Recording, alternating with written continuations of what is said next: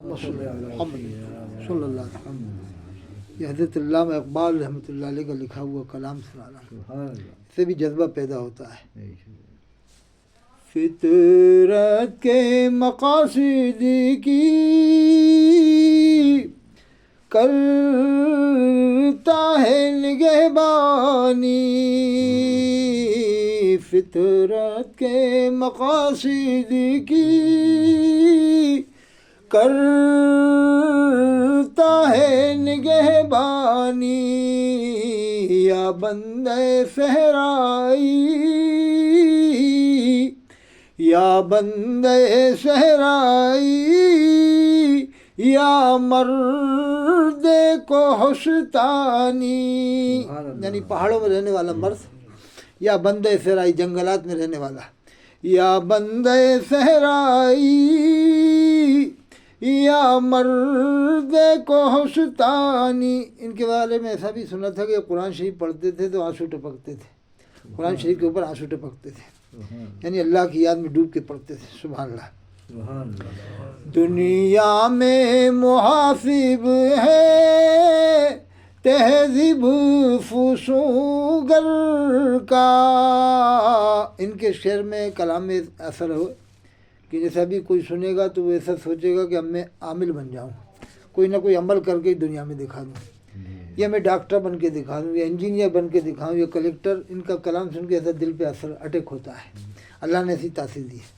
دنیا میں محاسب ہے تہذیب فسوگر کا، ہے اس کی فقیری میں، ہے اس کی فقیری میں سرمایہ سلطانی، ہے اس کی فقیری میں سرمایہ سلطانی.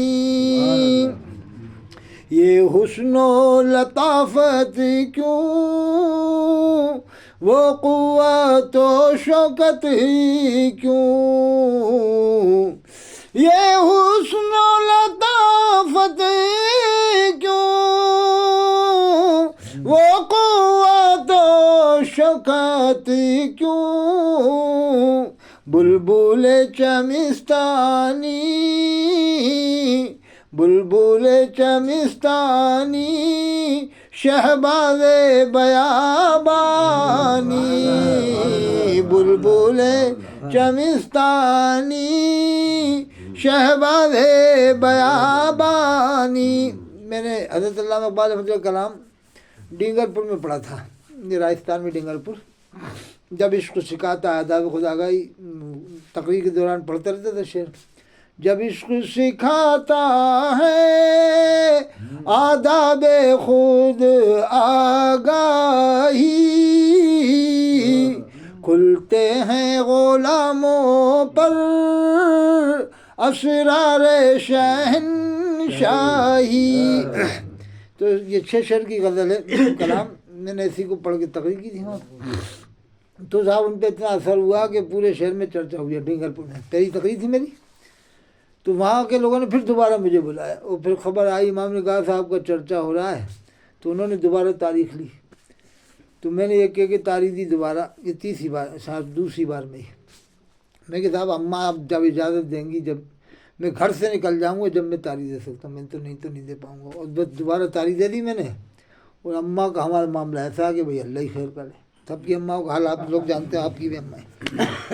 اگر ہماری اماں سے بغیر پوچھے ہم نکل جائیں تو پھر تو اللہ ہی خیر کرے، بیڑا ہی پار. مان لو پھر اگر زبردستی نکل جائیں، وہ کہیں کہہ دے جاؤ تیرا یہ ہو جائے وہ ہو جائے، تو پھر تو یہاں بھی برباد وہاں بھی برباد. تو میں نے کہا صاحب میں تاریخ نہیں دے پاؤں گا، مگر یہ ہے کہ جب اماں سے اجازت مل جائے گھر سے نکل جاؤں تو پھر میں دے سکتا ہوں. کیونکہ تاریخ دے دی اور پھر گھر میں ہے، پھر اماں کی نہیں جان دے تو مصیبت کھڑی. ادھر بھی وہ بھی لوگ انتہا کریں. تو وہ علامہ اقبال سن کے ایسے عاشق ہو گئے ڈینگر پور کے لوگ کہ دوبارہ انہوں نے تعریف مانگی. وہ کہا کہ صاحب چرچا آپ کا ہوئی وہاں. ایسا دل پہ اٹیک کرتا ان کے شعر. اب 2 شعر سن ان کے. یہ واقعہ اماں کا اس لیے میں نے سنایا کہ جتنے بھی بڑے بڑے ولیوں کو مرتبہ ملا ہے ماں کی دعا برکت سے ملا ہے. تو آپ کی ماں باپ جس کے زندہ ہوں تو ان کی خدمت کیا کرو جتنے کہ وہ ماں باپ زندہ ہے۔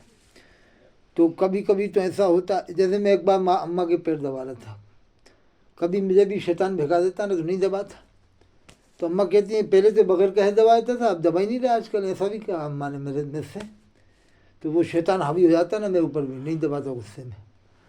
اس لیے شیطان کو کنٹرول میں کرنا چاہیے، یہ سوچ کے کنٹرول کر سکتے آپ شیطان کو کہ یار ہمیں کوئی 1,00,000 روپے دے کہ لیٹرن کسی کی آدمی کی اٹھاؤ صاف کرو، 1,00,000 روپے دیں گے اور کچھ کام نہیں، کھانا بھی ملے گا بڑھیا، انڈے مرغے سب، تو کوئی تیار ہو جائے گا کیا؟ نہیں ہوگا نا، آدمی لیٹرن اٹھانے کون تیار ہوگا؟ تو وہ خیال دل میں سوچ لو یار ہماری 5 سال تک اماں نے لیٹرن باتھ روم اٹھایا، کتنی بڑی ہمت ہوگی، تو یہ جب دل میں خیال لاؤ گے تو پھر ماں کی خدمت کا جذبہ پیدا ہو جائے گا۔ یہ خیال لاؤ گے یار ہماری اماں ہماری کیسے لیٹرن 4-5 بار کرائی تھی، مطلب وہ 5 سال تک، تو پھر دل میں خیال رکھو کہ کبھی اماں کو ایسا وقت آ گا تو ہم بھی لیٹرن باتھ روم کرائیں گے، ہم بھی اٹھائیں گے۔ تو اب سنو، اے شیخ بہت اچھی مکتب کی فضا لیکن بنتی ہے بیاباں میں فاروقی و سلمانی۔